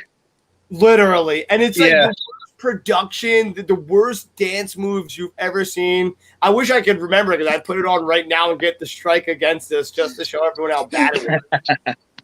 Yeah, and now, okay, real quick, I did want to talk about this one last thing before we do go. There's been a lot of talk now about Facebook and the new rules. I've seen people post articles, and I got to say, I don't fully know the details, but I think almost everything I've seen has been false about it. Every now and then in the comments, you get a little bit of clarity. But do you guys have any thoughts so far before I keep talking forever about this new policy that they've been talking about? John, do you have any thoughts on it? Oh, I could go for hours about how Facebook fucked over my band. Do you actually want to talk about it a minute? Sure. Yeah, let's hear it. Yeah. So Facebook decided to hack into my personal account, and that my personal account was whatever the top one is on a page, like editor or admin or whatever the fuck it is. Mhm. And I decided to just do nothing except for remove my access and then change the band name to Confirming 2020 something. I don't know what the hell it was. Found out that it was 4 hackers from Indonesia that struck on a Sunday at 6:52 in the morning. Now, I contacted Facebook, said, hey, listen, yeah, we're from Brooklyn, New York, not from Indonesia. We own this page. What the fuck's going on? And Facebook was like, okay, we'll give you admin rights. That's great. Beautiful. So I had it on Thursday comes around, and my admin rights are gone. So I reached back out to Facebook. I said, hey, what's going on here? And they said that I never had admin rights, and, we did something that was against their standards, which was, I think, harassment or something like that. And I'm like, the fuck? I mean, our music isn't that good, but harassment, that just draws the line. But yeah, moving on from that, I was in a battle with Facebook and their administrators or mods, moderators, whatever you want to call it, for 4 days, and our Facebook is completely gone. So now I have to start over, which I almost had 10,000 likes on our page and a shit ton of activity, and now I got to start over from scratch. Wow, that's insane. And you reached out to them, and they can clearly go back and see the history of who has been associated with the page and all the activity you've put into it. So I don't know how it could have gone south from there. Fuck. Stop muting my mic, motherfucker.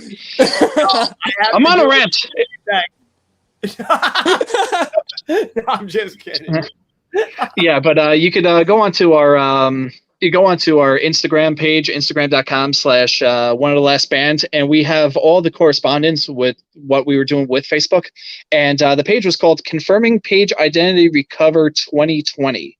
And let me see if I could this is going to be fucking difficult. Hey, I'll just read it. Fuck it. It says, your page has been reported by others about lying or fraud. To prevent this, we need to verify your account. We work hard to prevent actions that endanger all other Facebook users or security on Facebook. Please confirm the repair of your Facebook account. Follow the instructions for the link below. And it got the link. And then it says, if you do not confirmation, if that's not a red flag, I don't know what the fuck that is, our system will automatically block your Facebook account and you will not be able to use it again. Thanks for helping improve our Facebook service. Best regards, Facebook Corporation Social. So apparently the hackers hacked into my account and didn't want any cash or didn't want any ransom of any kind. I'm not exactly sure what they wanted. They just caused a huge headache, and apparently Facebook took their side. So thanks a lot. We're on Parler too, so fuck you, Facebook.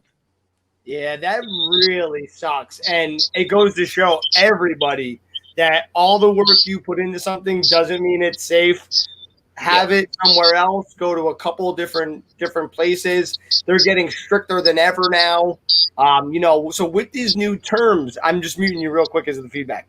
With the new terms that they're doing, they apparently are changing the game, but I don't think they actually are, because from what I understand, it's the same rules. I think they're just going to be enforcing them a little bit more strictly.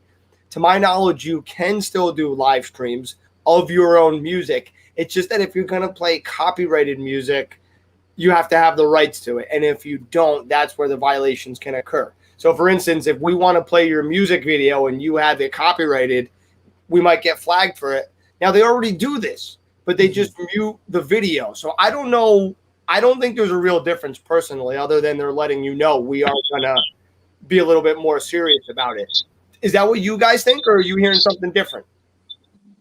I'm hearing exactly the same. Oh, go ahead, John. Let's. Oh no, yeah, I was about to say, for someone who has copyrighted music through CD Baby, we can't upload anywhere without fucking red flags left and right. I mean, our Facebook page, we try to upload our video. Nope, it's a copyright. Yeah, we own the fucking copyright. Like, what the hell?